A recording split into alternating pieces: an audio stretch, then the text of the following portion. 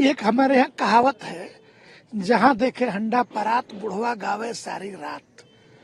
तो जो दुनिया का सबसे बड़ा नगर, विश्व में किसी भी महानगर की आबादी 5 करोड़ तो नहीं होगी, 2-2.5 करोड़ से ज्यादा कोई भी महानगर नहीं है। संघाई हो, चाहे दिल्ली हो, हैदराबाद हो, कोई नहीं है। तो ऐसी परिस्थिति में दुनिया के सबसे बड़े बसने वाले महानगर और यहाँ पे आने वाले लोग, पूरे विश्व का हिंदू आ रहा है, तो आखिर तो ये नाचने गाने वाले ही है ना। तो ये भी अपना कल प्रदर्शन करने थोड़े आ रहे लोग, मुझे जानना, वो अपना प्रमोशन करने आ रहे हैं और कुछ नहीं है। उनके मन में अध्यात्म नहीं है, उनके मन में हिंदुत्व नहीं है। अब यहाँ आ रहे हैं तो किसी न किसी बाबा को, फिल्मी टाइप बाबा को पकड़ लेंगे और उन बाबाओं को पकड़ करके कि उनका प्रमोशन हो जाए और बाबा जी को भी कुछ दक्षिणा मिल जाए, ऐसा कर लेंगे। वास्तव में ये कुंभ त्याग तपस्या का मेला है। ये 1 महीना तक सनातन हिंदू धर्म के वैभव प्रदर्शन का केंद्र रहेगा। तो स्वाभाविक है कि मेले में झूले भी लगते हैं, कलाकार भी आते हैं, नौटंकी कंपनियां भी आती हैं। तो इनको इसी भाव से देखना चाहिए, इससे ज्यादा नहीं। जिस तरीके से मूवीज में आस्था की डुबकी तो लगाने नहीं आ रहे, ये हम कतई मानने को तैयार नहीं है। मीडिया महिमा मंडन करे, उनके पीआर कंपनियां महिमा मंडन करे, ये अलग विषय है। परंतु यहाँ आए हुए सनातनी हिंदुओं के दिल में जगह बना के कि ये हिंदू वापस लौटे तो उनकी फिल्में देखे और उनके बारे में ये ना सोचे कि ये हिंदू विरोधी है, इसके कारण से वो आ रहे, और कोई कारण नहीं है। तो सनातन बोर्ड के लिए आप लोग किस तरीके से आगे बात करेंगे और क्या विषय होगा, इसको लेकर भी कुछ रहेगा क्या? हम सनातन बोर्ड के बारे में बहुत स्पष्ट है, ऐसा कोई बोर्ड नहीं बनना चाहिए, ये फालतू की बातें हैं। और हम सनातन बोर्ड बनाने की आड़ में कहीं न कहीं उनके हाथों में तो नहीं खेल रहे जो all India Muslim personal law board को और वक्फ बोर्ड को जिंदा रखना चाहते हैं। हम उसको समाप्त करना चाहते हैं और आप ये चाहते हैं कि वो भी बना रहे और हमारा भी एक बोर्ड बन जाए। तो ये फालतू। और मैं पूछूं कि सनातन बोर्ड बन जाए तो इसमें अपनी जमीनें कौन देगा, कहाँ से आएंगी जमीनें, कौन अपना दान का देगा? तो आवश्यक है कि 4 लाख हिंदुओं के जो मठ मंदिर सरकार चला रही है वो मंदिर वापस मिले और प्रत्येक मंदिर के पूजा पद्धति, उनकी परंपरा, उनकी रीति नीति के अनुसार उनके क्षेत्र से विशेषकर एक दलित और एक महिला उस ट्रस्ट में बने और प्रत्येक मंदिर का स्वतंत्र ट्रस्ट हो। क्योंकि आगे आने वाले दिनों में सन्यासी और सैनिक ये 2 बच्चों के चक्कर में नहीं मिलने वाले हैं, तो पीठ और परंपरा कौन निभाएगा?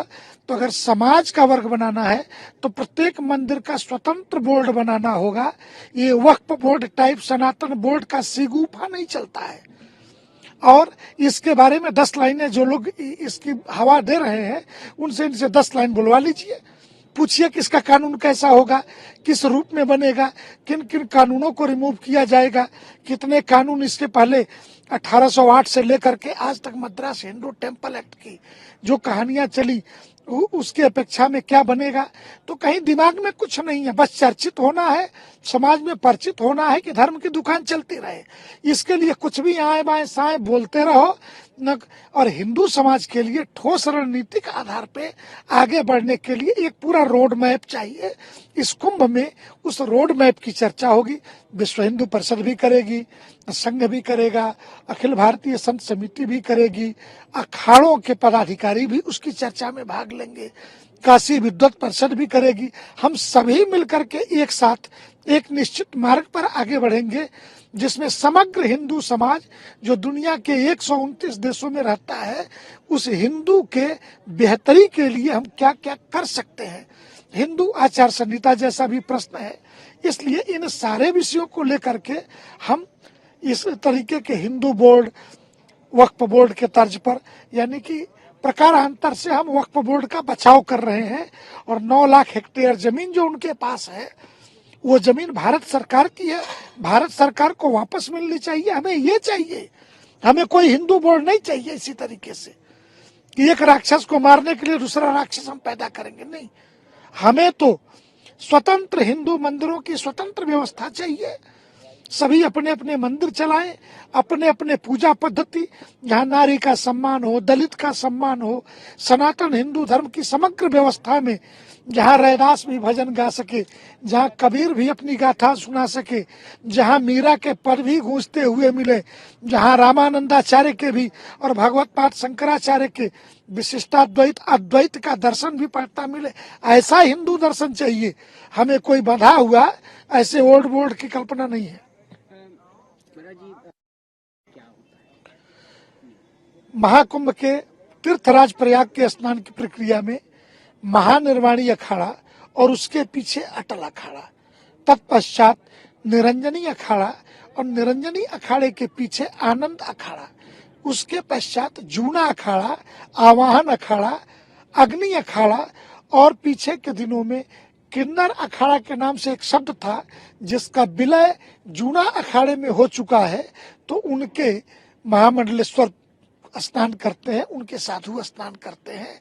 यही क्रम तीर्थराज प्रयाग का है। महानिर्वाणी, निरंजनी, तत्पश्चात जूना, दोनों के युग्म बने हुए हैं। महानिर्वाणी के साथ अटल, निरंजनी के साथ आनंद, जूना के साथ अग्नि और आवाहन अखाड़ा, ऐसी ही प्रक्रिया में स्नान होता है। ये हजारों वर्षों की हमारी परंपरा है, यही आगे भी चलेगी।